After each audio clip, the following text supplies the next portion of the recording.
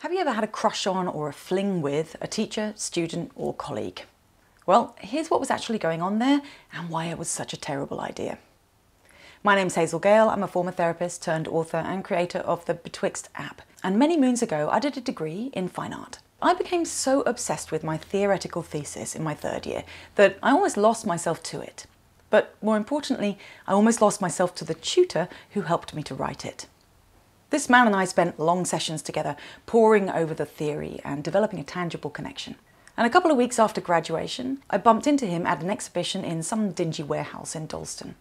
We chatted, and when the show closed, made our way to a 24-hour pool bar called Effie's, which I don't know if it still exists, but if it does, it won't be as cool as it was back then. Anyway, we got drunk, played pool, and had a good night. But I was starting to realise that regardless of that connection that he and I had, I wasn't really interested in anything else. But I was also getting that creeping feeling that I think a lot of women my age know all too well. In other words, I was starting to wonder if it had got to that point where I wouldn't feel allowed to say no if he made a move. Fast forward 15 years and studying to be a therapist, I come across the Jungian concept of libido, which we most commonly talk about as the sex drive, but in Jungian terms, libido refers to a much more general type of desiring or craving energy. So libidinal energy can be sexual, of course, but it could also be about creativity, or just about being productive and making things happen. And here's the key thing. We don't always know what our libidinal energy is actually based on, or where it's coming from. It's common, for example, for two colleagues to feel sexually drawn to one another while working intensely on a project together. But if they start dating as a result, or worse, if they're married and start an affair, they can find themselves totally nonplussed a little while later when the project wraps up and they can't remember what on earth it was that they ever saw in each other.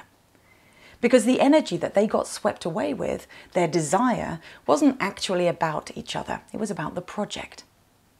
In Awakening the Heroes Within, Carol S. Pearson talks about how, quote, love is about joy and pleasure, and it is also about birthing.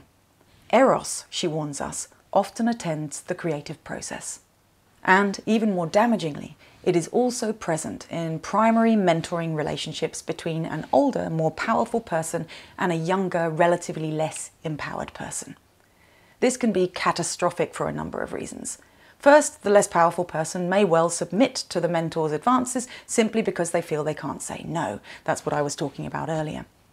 But even if they think they want to act on the feeling of lust, doing so will short-circuit or divert the energy that should be being spent and channeled into their growth.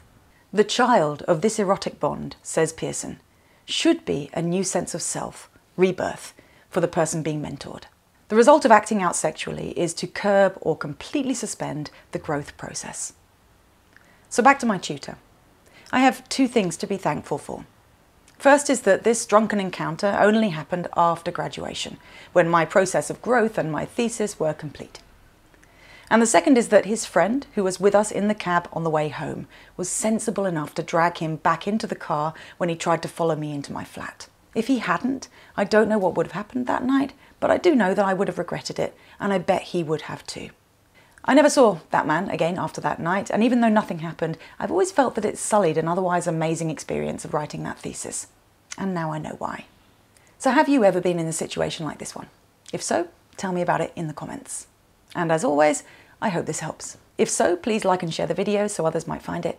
And finally, if you would like to take an epic journey through a magical world in pursuit of mental wellness, then you can download Betwixt, the mental health game, which is available on the iOS App Store and Google Play.